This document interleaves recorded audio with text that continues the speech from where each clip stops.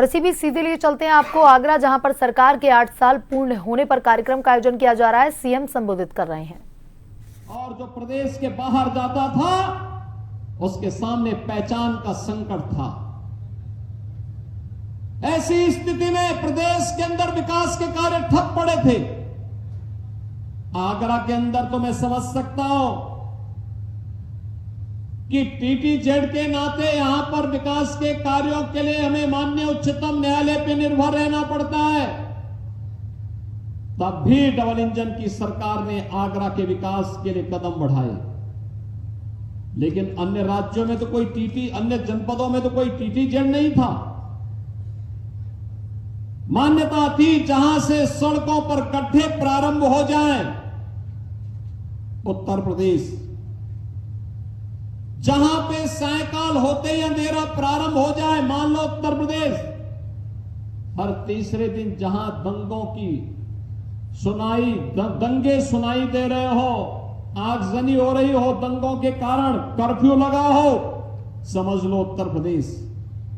जहां व्यापारी पलायन कर रहा हो, मान लो उत्तर प्रदेश। बहनों और भाइयों, ये पहचान का संकट खड़ा करने वाले लोग कौन थे? ये वही लोग थे जो आज झूठ का पुलिंदा लेकर के फिर अनलगल प्रलाप करते हैं।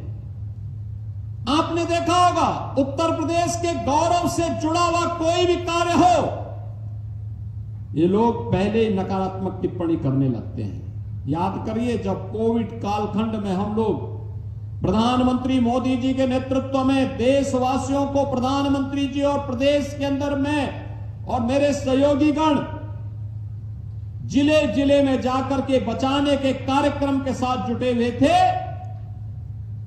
तब ये लोग कोरोना के खिलाफ लड़ने की बजाय सरकार से लड़ रहे थे।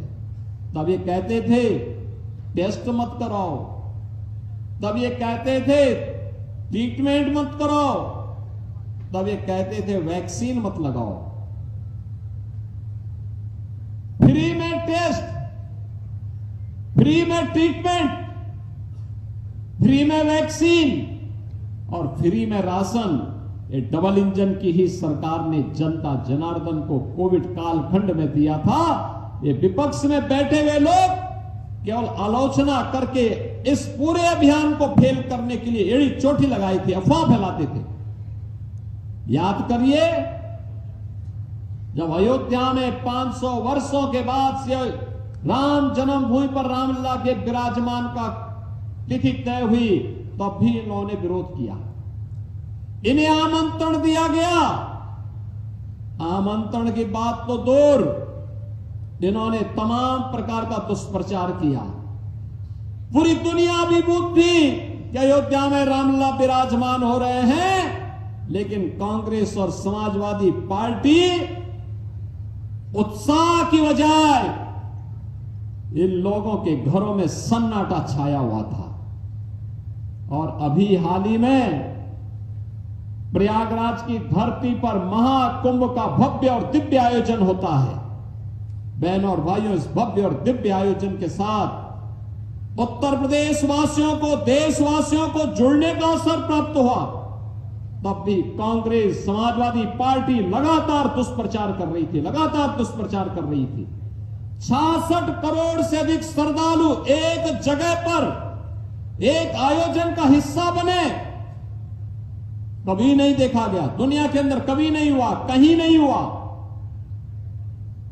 उत्तर प्रदेश की प्रयागराज की धरती पर हुआ, लेकिन ये लोग तब भी विरोध कर रहे थे। और इसीलिए जब इनको मौका मिला था, कांग्रेस